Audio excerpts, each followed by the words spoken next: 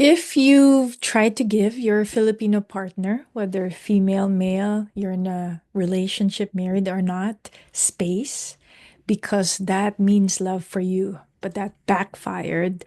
There are many reasons, but potentially it could be a reason on a cultural love language gap. I've talked about the Pinoy love language. If you're not familiar, you could check out the ebook in the link below. But today I'm going to talk about a few different ways that you could show your affection to your partner. Now, this is not for everyone. Not every Filipino um, is the same. Obviously, this is more for someone who might be more traditional. Maybe they grew up in the Philippines. Maybe they grew up in America, but they're more in the closed system. So, meaning they may grew up or have grown up with just mainly watching Filipino shows, hanging out, everything Filipino. So, not that that would make somebody less assimilated, but it's possible. So, just for the purpose of this video, I'm gonna separate now. Everyone's the same, but this is more geared towards somebody who is really exhibiting expression and affection through the Pinoy love language, which is the unique way to seek and express love. So, number one is to learn how to read body movements. In the West, especially if you're non-Filipino, you could be Filipino American, but if you're especially from a Western culture, you use your words, right? You're more linear, and if you don't use your words, you don't state your need. It's likely as a child you're taught that your needs are not going to be met.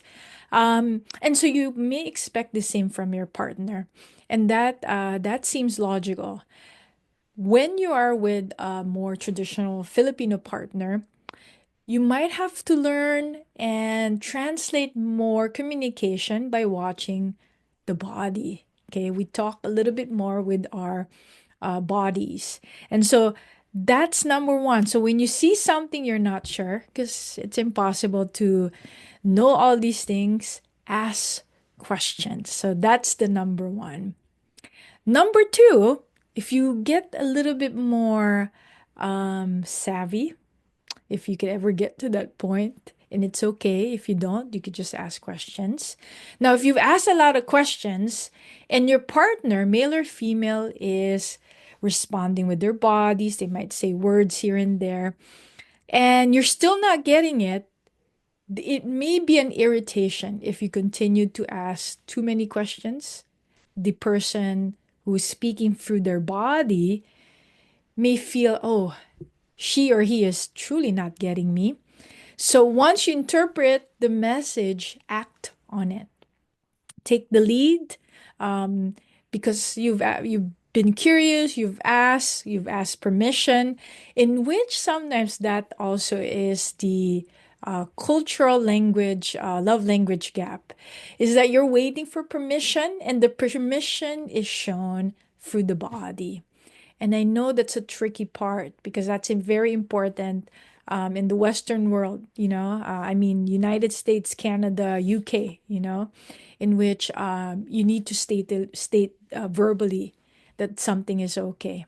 So that's one difference. So that's the second part. Now you've interpreted, now you want to act on it. You're responding now through your actions. Okay, because it tells the other person that you're getting what they're communicating, even if it's not through words. Okay.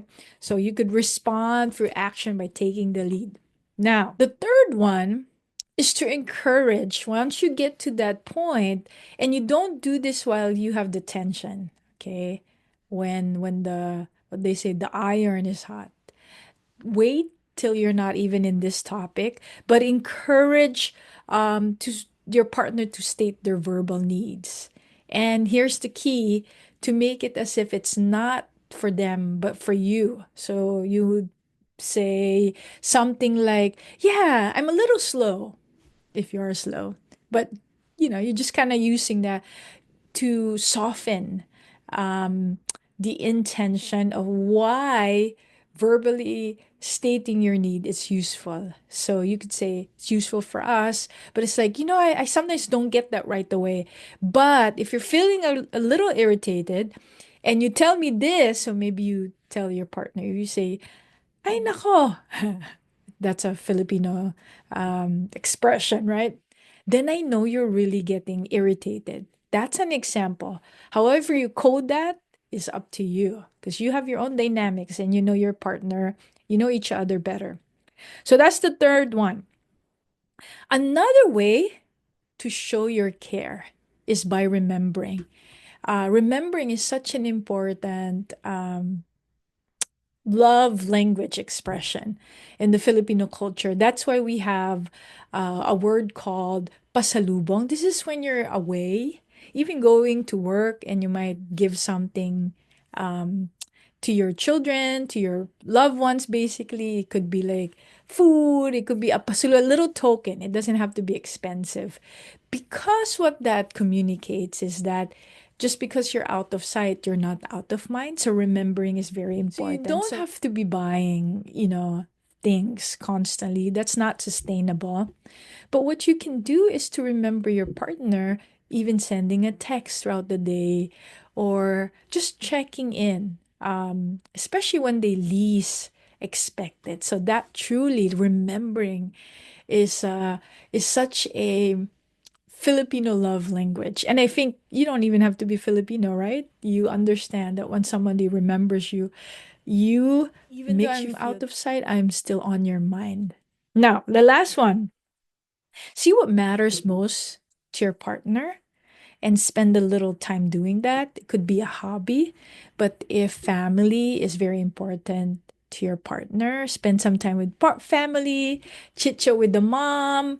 If going to church is important, do something that's important for your partner.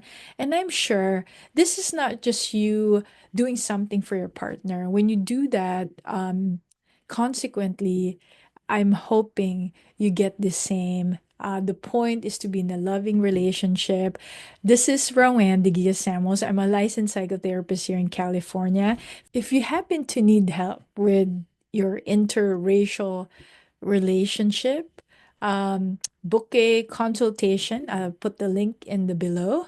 But I wish you a wonderful day and take good care.